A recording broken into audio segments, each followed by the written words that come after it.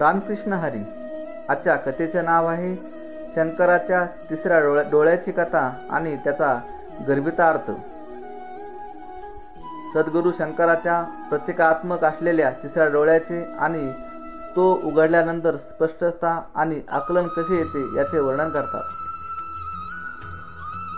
ते शंकराने आपल्या तिसऱ्या डोळ्याने कामदेवाचा नाश कसा केला याची कथाही सांगतात. शंकराने आपला तिसरा डोळा कसा उघडला याबद्दलची एक कथा आहे.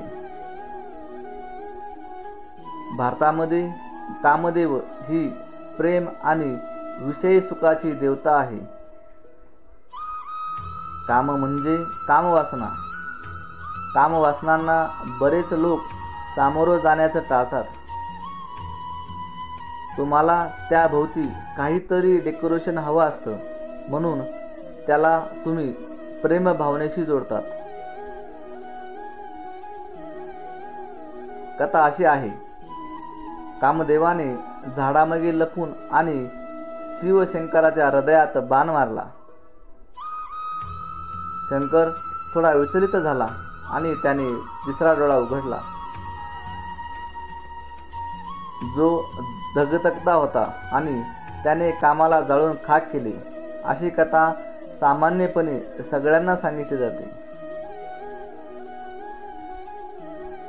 पण तुम्ही स्वतःला एक प्रश्न विचारा. तुमच्या वासना तुमच्या आतून येतात की झाडामागून? नक्कीच तुमच्यात जागृत होतात. वासना या फक्त शरीर सुखाबाबतीतल्या नसतात. प्रत्येक इच्छा ही वासनाच असते. तशी कशाची असो, शरीर सुख, शक्ती किंवा अधिकार. मुळात वासना म्हणजे आपल्यातली एक प्रकारची अपूर्णता, एक उत्कट इच्छा ज्यामुळे तुम्हाला हे जर मिळालं नाही तर माझ्यात काहीतरी कमतरता राहील असं वाटतं. तसाच या शंकर आणि काम या गोष्टीला योगाचा पेलू आहे. शंकर योग साधना करीत होता म्हणजे तो फक्त परिपूर्ण होण्यासाठी नव्हे तर अमर्याद होण्याच्या दृष्टीने काम करत होता. शंकराने तिसरा डोळा उघडला आणि कामदेवाला बघितलं. त्याच्या स्वतःच्या वासनावर येताना पाहिल्या आणि त्यांना जाळून टाकलं.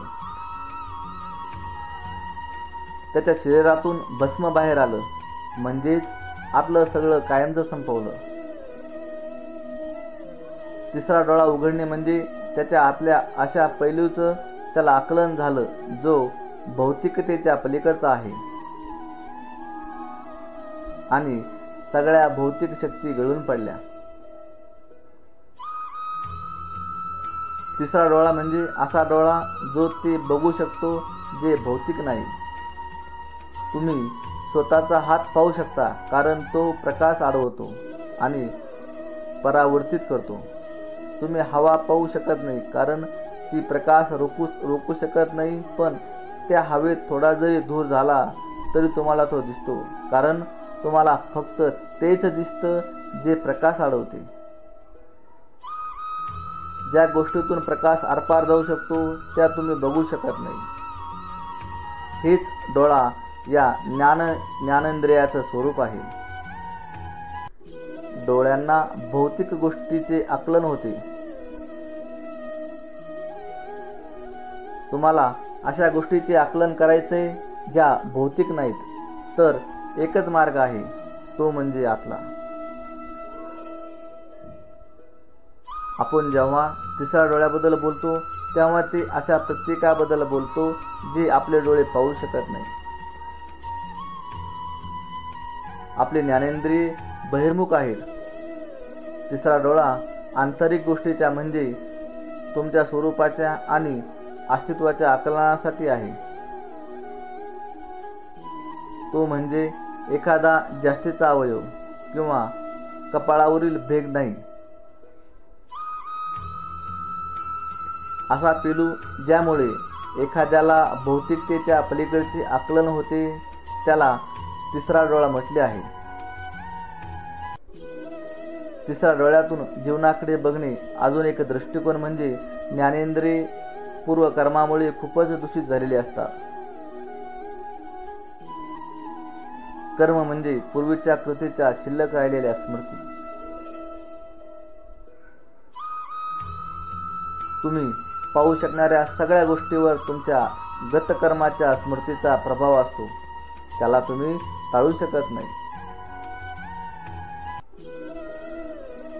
तुम्ही कोणाकडेही पाहिलं तर हा छान नाही, हा चांगला आहे, तो चांगला नाही असा विचार तुम्ही करता. जी गोष्ट आहे तशीच्या तशी तुम्ही ती पाहू शकत नाही, कारण गतकर्माच्या स्मृतीचा तुमच्या दृष्टीवर आणि पाहण्याच्या क्षमतेवर प्रभाव असतो. ते तुम्हाला तेच दाखवते जसं तुमचं कर्म असेल, जशा तुमच्या गतस्मृती असतील. गोष्टी जशा आहेत तशाच दिसण्यासाठी सखोल जाऊ शकणारा डोळा उघडला पाहिजे, आणि जो पूर्वग्रह दूषित नाही. परंपरेने भारतामध्ये ज्ञान म्हणजे जाडजूड पुस्तकांचे वाचन नाही, प्रवचन ऐकणे नाही किंवा फक्त माहिती संग्रहित करणे नव्हे. ज्ञान म्हणजे जीवनाबद्दल एक नवी दृष्टी किंवा आंतरदृष्टी उघडणे. कितीही विचार आणि तत्वज्ञान यामुळे तुमच्या मनात ती स्पष्टता येणार नाही. तुमच्या तर्काने येणारी स्पष्टता सहज बदलली जाऊ शकते. कठीण प्रसंग तिला मोठ्या गोंधळात टाकू शकतात. परिपूर्ण स्पष्टता तेव्हाच येईल जेव्हा तुमची दृष्टी अंतर्मुख होईल. जगातील कुठलीही परिस्थिती किंवा व्यक्ती तुमची आंतरिक स्पष्टता धूसर करू शकणार नाही. खऱ्या ज्ञानासाठी तुमचा तिसरा डोळा उघडलाच पाहिजे. रामकृष्ण हरी.